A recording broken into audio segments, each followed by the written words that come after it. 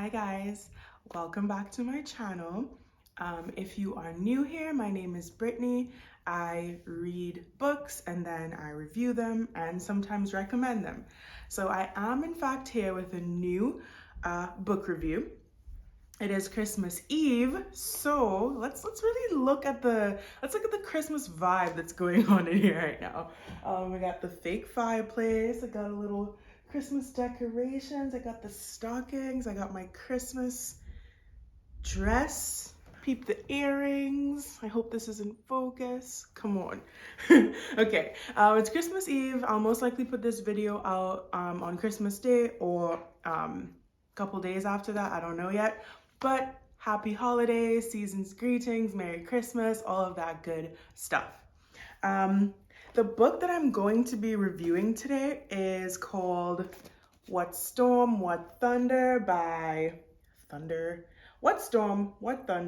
Myriam J.A. Chancy. Of course, like I always start all of my book recommendations by saying I got this from the book Instagram that I follow, Book of Sins. She can't recommend this book enough, and I kind of see why now. It's pretty good. So let me just get into it. This book, What Storm, What Thunder, is basically like a fiction, like it's the stories of fictional characters, and like it's a story, but it's based on like true events. So I'm pretty sure like most people know that in 2010, there was a pretty big earthquake that happened in Haiti. So the story is like, I guess, stories of people kind of like a little bit leading up to the earthquake and then during the earthquake and then like their lives after. When this earthquake happened, I actually was like living in Trinidad. I was like in high school. Yeah, 2010, I was in high school.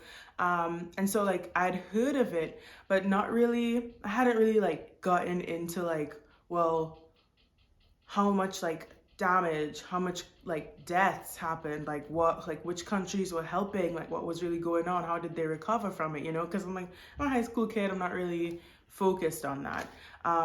But like since reading this, it did like open up my mind to maybe like go do a little bit more research to find out what happened. And they had like so much damage happen to the country. They had over 200,000 deaths, and that's nuts. And then obviously like in the book, I learned a lot about like how Haiti was just like a country that had been just like struggling a lot like against like France, and then like they had to like pay them back because of their independence, and then finding out like after the earthquake they were supposed to have gotten like so much money from these countries, especially like USA, and then kind of finding out like, well, where did all the money go, because like Haiti is still kind of struggling now. So it's a lot. The book, like I said, it's not a nonfiction book, it's fiction, but from reading it, it like really like made me want to like go learn a little bit more. Before I get into like my likes, dislikes, and the themes that are in this book, I do want to just do a quick disclaimer that my heat might be making some noise in the background. I also am living in a New York apartment. I have neighbors. They've been like running. Their kids have been running. So you might hear some noise, but please bear with me. I'm going to try to get through this because I really do want to do this review. I feel like it is like a good one to close out the year with. And I didn't forget that I need to do my own children's book. That is my earwig. I didn't forget that I need to do my own children's book review. I just need to get it on Amazon. It's on a different website like that I used for publishing. So I just need to figure that out, but it is coming, don't worry. Okay, so let me get into my likes. First one, oh, funny story. You'll probably be able to see this book is kind of soiled. And it was because I had it in my bag one day, and like on my way home from work, I literally got caught in like a storm. Like, not gonna lie, it was pouring rain, winds were crazy, my entire body was soaked, including my bag, and it got like soiled like this, and I was like, whoa, what a coincidence. But anyway, good sized book. Things that I like that it, first of all, it's a Haitian American Canadian Black woman who wrote this book, so shout out to her. I like that it's told from multiple perspectives. If you've seen like all of my other videos, I have mentioned this like many times, just because it's so good to hear different people's like stories and opinions and feelings of like surrounding one specific event. And I feel like there were many moments where I had like time to like kind of reflect. So like reading a story about like people's lives being completely destroyed like this makes you like reflect a little bit, like, whoa, like things can change so quickly, or like, whoa, what was I doing at this time? Like, you know what I mean? It's just like there were a lot of times for self-reflection. And then like I mentioned at the beginning, it helped me like learn a lot about like the history of like what was going on in the country of Haiti, like what they had to deal with before and after. And then of course it's like there's a lot of like Creole and stuff in here, so and Haitian culture, so it helped me like learn a little bit about them, because I feel like I don't fully know like a lot about Haitian culture or like many other cultures in the Caribbean besides like my own. So yeah. I also liked at the back of the book, I'll show you, there's like an interview with the author, and she like answers questions about the book, like her like motives for writing it, and like just like some sneak peek stuff about like the characters. And then there's also a reader's guide. I hope I'm like putting this in the right frame. This is good because I'm not currently in a book club or doing a book club, but I feel like it's always good when you get like a book and they have like potential questions on there, because then you just don't need to come up with questions. You have them already prepared for you. And these were like some really good, like thought-provoking questions as well. So those are my likes. My dislikes. This book has long chapters, and I already said if I have to be I want to just get through it. Like there's one chapter in here. Granted, the chapters are long because like the author needs to like get the story developed and like make sure we understand everything that's going on, and I understand that, but like 58 pages, it's a no for me. Like, get somebody else to do it. Wow, I'm cracking myself up. But like, I do not want to read 58 pages of one chapter. Whatever. I mean, I did it, but like, I prefer shorter chapters. And then one thing so like I said, there's a lot of like Creole in here, and for the most part, they like tell you like translate it like right after, so you like know what's being said. Not always, and some you can just like kind of like figure out what it's saying. But there was like at the beginning in the introduction, there's like some more Creole, and then so I was like reading through it like, okay, let me see. I did French, so I'm like, let me see what words I can like pick out or whatever. And then I get to the end and it's like a voodoo invocation for like something. And like, don't get me wrong, like I fully believe that like things can't affect you unless you like believe in them and you like give them that opportunity to like affect you. But I was like, yo, why did I just read that? Like, I didn't want to read that, if that makes sense. Like, I hope people understand what I'm saying. I don't want to read that. Like, it's what it was should have been at the beginning, so I could be like, okay, voodoo invocation, skip. You know what I mean? They put it at the end. Didn't really like that. But anyway, moving on. I'm actually not gonna tell you guys about any of the characters in this book, because there's so many other things to talk about, and the book is just like, from me speaking about like the themes, you'll understand like what the characters went through. But like this book, I recommend 100%, because it was just really good. Not just like the story of it, but like all of the information that I got from reading. So major themes.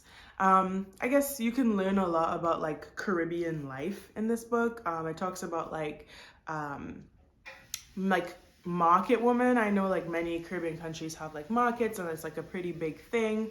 Like women go there, and it's like kind of like a community, right? So it talks a lot about that. That is my heat. I really hope that you guys can hear it super loud, but bear with me.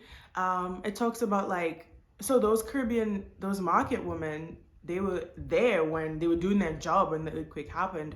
And, you know, some of them didn't make it, some of them did. And they had to kind of like come back from that and like really just like see like, wow, this is what I was doing. This was my livelihood. And now like, where do I go from here kind of thing. And that's like basically many people in the story. Of course, there's like major themes of like loss of loved ones. But what's interesting is that when you think of like the loss of a loved one, you think of like death, right? But in this book, it's kind of talking about the loss of a loved one in terms of like distance, like they're distant from you physically or like emotionally, and you can't really like connect with them, and that sort of like disconnect of like a loss, but it's not actually a loss. I thought that was really good that they explored.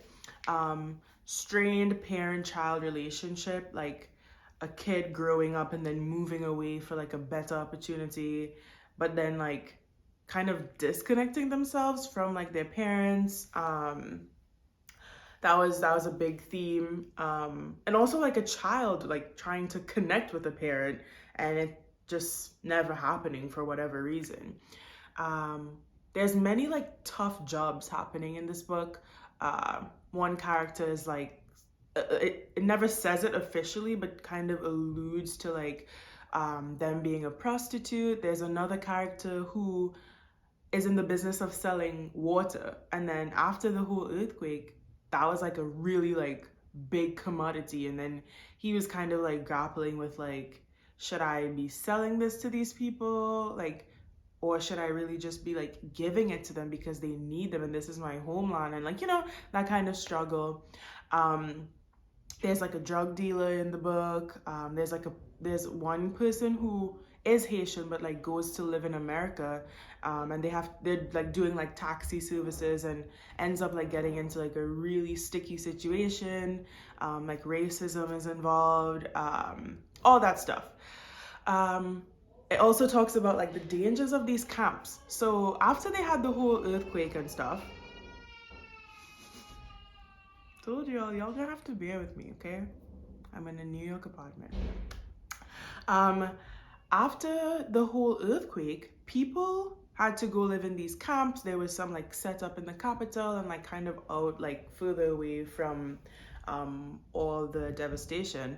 And it was just talking about like the dangers of the things that was happening like in the camp. Like young boys were getting pulled into like these gangs to like go like loot things, and like people barely had anything and they were still like, you know, like looting, going stealing, killing, all that stuff. It also talks about like how girls were in danger of like going out at night to like use the bathroom or just walking among the camp like by themselves. There was like predatory stuff going on. There was a lot of like spirituality. The person that moved from Haiti and went to America really like talked about like Christian spirituality. And then of course, like I said, like there's like a lot of like voodoo stuff in this book. So I guess that also is like a aspect of spirituality. And then apart from death, there is like a little section that talks about like suicide. People just literally like couldn't see their way or couldn't see like how they could ever like improve their lives from this earthquake. So it mentions that, and then it also talks about like the people that moved away, that they were living in America or wherever, getting like doing their jobs, and they had went on to like live their lives. When this whole earthquake thing happened, they felt like kind of like removed from the situation of like, or like survivor's guilt of like, I like, where's my family, or like my family has passed away but like I'm here, should I even be happy right now, should I go back? And I feel like all of those things that I just mentioned are so relatable, especially for an immigrant. And every single theme is relatable to someone. Like you might not identify with like the feeling removed from the situation or like survivor's guilt really, but you might identify with like feeling like the loss of a loved one and them being like distant from you. You know, there's many different things that many different people can actually like hold on to. So, like I said, I wasn't gonna tell you anything about the story, anything about the characters, but from those themes, from those likes, from those dislikes, I hope that you can like piece together what this story is about. I recommend, I see why it was recommended, and I think you should try it out. Read it, What Storm, What Thunder, Myriam J.A. Chancy. Let me know in the comments as always if you have read it and like what you thought about it, or let me know if you want to read it now after you've heard my review. Thank you guys for tuning in. Be sure to like this video, subscribe if you haven't already, and share it with someone. And I will see you guys in the new year. Bye.